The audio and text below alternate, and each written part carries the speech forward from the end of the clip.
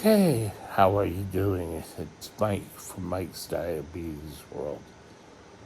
Today, we're going to discuss, is there foods a diabetic can't eat? Let me think about that. And I bet you, if you're a non-diabetic or you don't have diabetes in your family, you will all jump up and say, chocolate cake, uh, you can't have pancakes and syrup, you can't have this, you can't have that, you can't eat fruit. Well, today we're going to discuss what are types of foods you can't eat as a diabetic. So sit back, relax, and we'll be right back.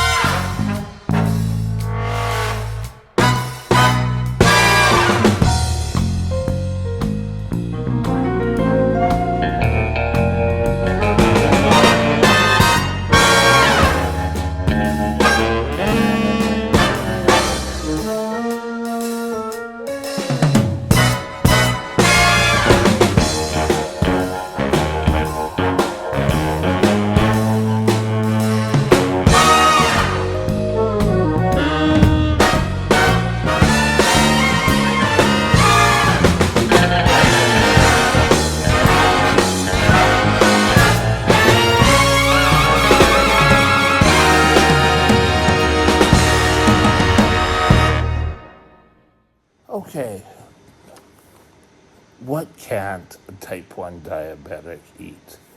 I'm sure all of you have got these ideas out there. You're saying potato chips, cakes, cookies, candies, anything sweet. You can't have pancakes because of the sugar content. And I can tell you, as now that we have pump care,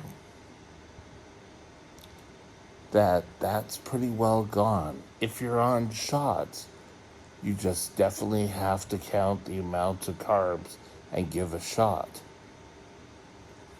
When you have the amount of carbs, you type it into your pump, it delivers it for you. So people are going to assume as a diabetic we can't have anything. You have to know how to count carbs, and I've done videos on counting carbs. After initially having a carb counting book or what else? Or a program online, you start to learn that a small apple, about the size of your fist, is about 15 grams of carbs. And you start to learn this. But I always, when I go out to eat, I take my little book with me.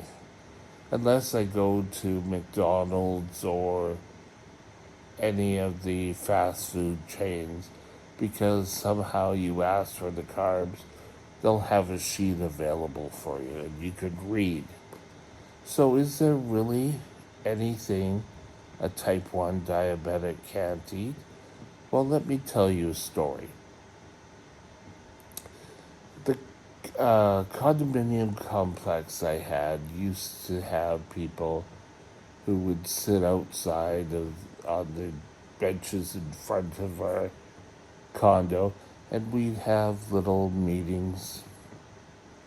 They weren't meetings, they were just a bunch of people getting together. Some would bring a drink out with them, and it was, it was a group of friends getting together. There was one person who tried to tell me, oh, you're a diabetic, you can't have fruit. My doctor told me that we can't have fruit. Fruit is sort of the worst way to control your diabetes. And I thought, well, that's funny. Any dietitian I have had have always said that I can have fruit. In fact, fruit was a part of our diet. So I brought this up to my diabetic nurse. And my diabetic nurse kind of sat there and went, oh, well, people who have type 2 can have a little bit more restriction. We are a little bit more open because any insulin we put in our system, that's the only insulin we have. We don't have any other insulin. You put it in, you count the carbs, you figure out how much insulin to take, and you take it. You have a long-acting insulin that should take care of your daily needs, and then anything extra that you eat, you just give a short-acting, it covers it, and things are fine. Type 1s, I'm going to break it to you now, halfway through this video, do not have any anything we should avoid eating. You want to have it, have it. If you go out to lunch, sorry, my finger there. If you go out to lunch and on the dessert menu or on the place, if you're a little bit fancier, you see a piece of cake and you want to have that piece of cake, you can have it. Just make sure you figure out how much carbs and give insulin appropriately. Boom, mind-blowing, right? Now, that doesn't mean that every single day you have cake, because there's fat and there's hidden sugars and there's all sorts of weird, wonderful things. But my general rule is the 90-10 rule. 90% of the time, you follow a well-proportioned diet of half a plate of vegetables, a quarter of the plate for fruits, and then the other quarter of the plate a salad. That's basically, you'll do great. But if you go out and you see that cake and you want that cake, damn well have that cake. Now, a few days ago, I did a video called Is T1D Easier? In this aspect, yes. We used to have a little green brochure type book that we would have to take with us, and going out to dinner, we'd have to look at the menu with this little book, and we had to decide, well, I can have this, but this had an extra starch in it, so I don't think I can have that. And it was really difficult to sit there and pick out a specific item to have. Oh, God, was it a pain. But we don't have to do that now. You have to know the rules for carb counting. Now, I use a book. I didn't have the book with me today, but I have a book called, I believe it's Calorie King, Carbohydrate Counting. And it's an excellent book. It has pictures of vegetables and how much you need. It has carbs. It also has calories and fat. So you know really a whole meal, and you can plan a whole meal for those 90% meals. However, if there's something you don't know at a restaurant, you can look it up and count it up. But is such a relief for me that we don't necessarily have to worry about necessarily foods, but food types. Now,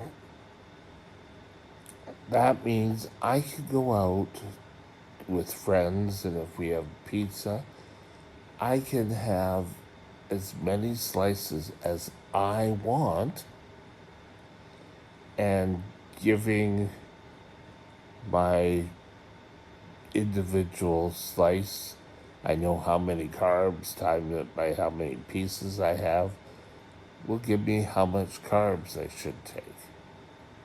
And once you know what carb and how it'll affect you and how fats work in your body, it is smooth sailing. Because we know with things like uh,